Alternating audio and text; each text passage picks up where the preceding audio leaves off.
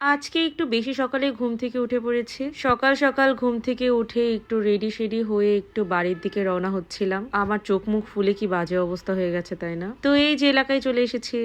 আজকে আমাদের ভিট পূজা। নতুন কিছু শুরু করার আগে যে ভিটা পূজা দেওয়া হয়, আমাদের সেই ভিটা পূজাটাই দেওয়া হচ্ছিল আজকে। এখানে কিন্তু অনেক সকালবেলায় পূজা হচ্ছিল। আর এই যে হচ্ছে আমাদের জায়গার অবস্থা। ছোটখাটো একটা পুকুর হয়ে গেছে, আমি জানি না এর মধ্যে মাছ আছে কিনা। তো এখানে আমার মা একটু এগিয়ে দিচ্ছিল সবকিছু।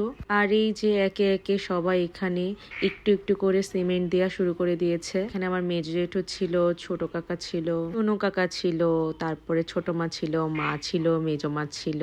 তো এখানে একে একে সবাই সিমেন্ট আর জল দিচ্ছিল, দুধ জল দিচ্ছিল। আমাদের এই জায়গাটা ছোট হলেও না, আমরা সবাই কিন্তু একসাথে ছিলাম। বাড়ি ভাঙার পর এখন একটু আলাদা হয়েছি, কিন্তু আবার বাড়ি যখন হবে তখন আবার সবাই একসাথে হব।